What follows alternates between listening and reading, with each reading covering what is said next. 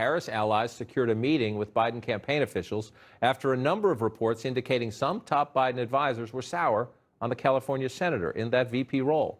California Congresswoman Karen Bass is also working to keep her name high on the list. The Daily Caller unearthed this video you see right there. This is Congresswoman Bass at a Church of Scientology ribbon cutting a decade ago when she was in the California legislature. At that event, she praised the church and its controversial founder. In a tweet Saturday, Bass says allegations of wrongdoing by the church surfaced well after that event, and that her main goal anyway was just to foster respect. Let's discuss the big stakes here with David Axelrod, chief strategist for the 2008 and 2012 Obama campaigns, and Angela Rye, the former executive director and counsel to the Congressional Black Caucus. Ax, I want to start with you because you have been on the inside of this process. Back when then Senator Obama was picking Joe Biden as his running mate, was it like this? You had Hillary Clinton on your list as well. I believe you had Evan Bayh on your final list as well. Tim Kaine might have been on the final list as well. Were you getting incoming publicly and privately from people trashing everybody? Yeah, you know, listen, this is the biggest parlor game in seasonal parlor game in Washington, right? The VP pick. And it's particularly important this time because Biden is by many years going to be the oldest candidate to run for president. He's 78. There's a supposition that this person could be the nominee in 2024 and may, God forbid, be called into service before then. So there's elevated interest in this pick. But yeah, there was a lot of jockeying. I'm not sure that it was quite as public as this.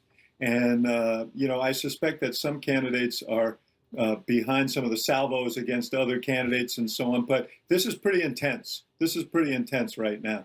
And so, Angela, Joe Biden will break some glass, right? He's already said he's going to pick a woman as his running mate. There's a possibility he will pick a woman of color as his running mate. He might crack the glass ceiling twice here. When you see this, the competition, the candidates have every right to do events and to try to say, hey, look at me, Joe Biden. And then you see the attacks, as David said, some of them most likely coming from their friends, rivals at the moment. What do you make of it? Well, several things. I think that anytime you have a race that has ended the ways in which this particular presidential race has, you're going to have this. And I think the most important thing is you have a situation where I can't think of an election in my lifetime where a vice presidential pick, a running mate, was more serious, was more important.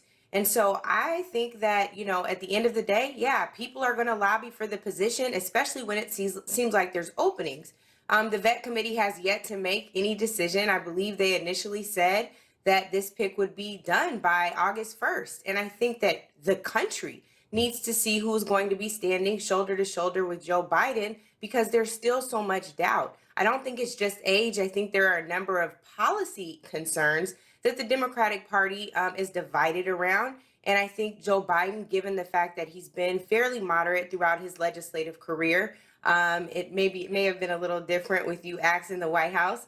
But I think the reality of it is Joe Biden has been seen as a moderate. He needs to demonstrate not just diversity with a woman of color on the ticket, a Black woman, as our op-ed called for in May, but also someone who can see policy a little bit different, particularly around criminal justice reform. I know a lot of the women who are said to be in the last few spots, and I can't see them showing these kind of, playing in this type of dirty politics. They never have, and I don't think they start now.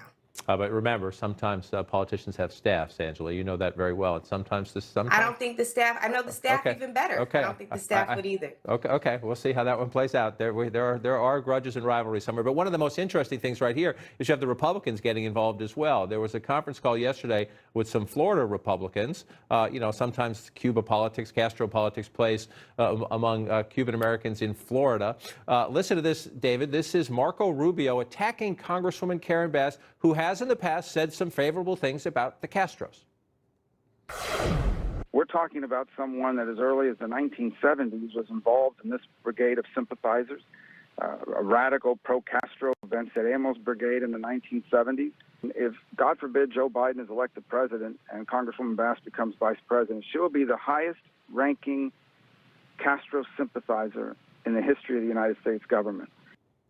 The Republican National Committee put out a press release yesterday calling her Communist Karen. This is an effort by the Republicans, number one, to attack Congresswoman Bass, but number two, to suggest that Joe Biden is being tugged so far left that he's out of the mainstream. Do you remember the Republicans trying to get involved in the selection process, the other party, if you will? You know, not to this degree. I think this does reflect that Karen Bass, a congresswoman from California and the chairman of the Congressional Black Caucus, has moved up the list here and is being very seriously considered. The Republicans glean that, and they're desperately looking for a way in to define Biden as the way you suggest. Bass, the truth of it is that Bass was the Speaker of the California Assembly, and she's known on the Hill as someone who has been very skillful at working across party lines. But you know, what's interesting to me, John, she booked herself this morning on Meet the Press on Fox News Sunday. She knows she's going to get these questions, and I suspect that she's going on there for the purpose of answering them, because she knows there'll be people watching, including the former vice president, who are going to pay a lot of attention to how she handles it. And to that point, Angela, Joe Biden said he would have it done by today. Now he says this week. We're told by his staff probably next week. Do you worry about that? Is it the longer on the vine, the more these people can be attacked, or is it the longer on the vine, we learn more about them anyway, and that's helpful? Well, a few things. We know that in the general election, everything is fair game. So it's interesting that people would be so concerned about people being attacked and people digging through old baggage and all of that. I think that's fascinating to me. We want all of these things to come out so we know what the Republican attacks are. As you said, Marco Rubio has already played in that. That is only good for Karen Bass. And I think that the most important thing is going back to the idea of staff. Karen Bass did not book herself on any Sunday shows. Perhaps she had the help of staff, but I'm confident that Sunday shows wanted to talk to her about these positions and others.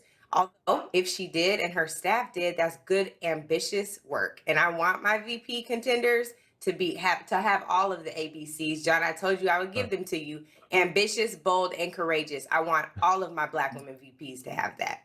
The ABCs on Sunday morning are a good thing. Angela Rye, David Axelrod, Absolutely. appreciate your coming in. We got several days, if not another week of this. Maybe we'll be having this conversation again next Sunday on The Verge. We shall see. Thank you both for getting up early for us. Up next.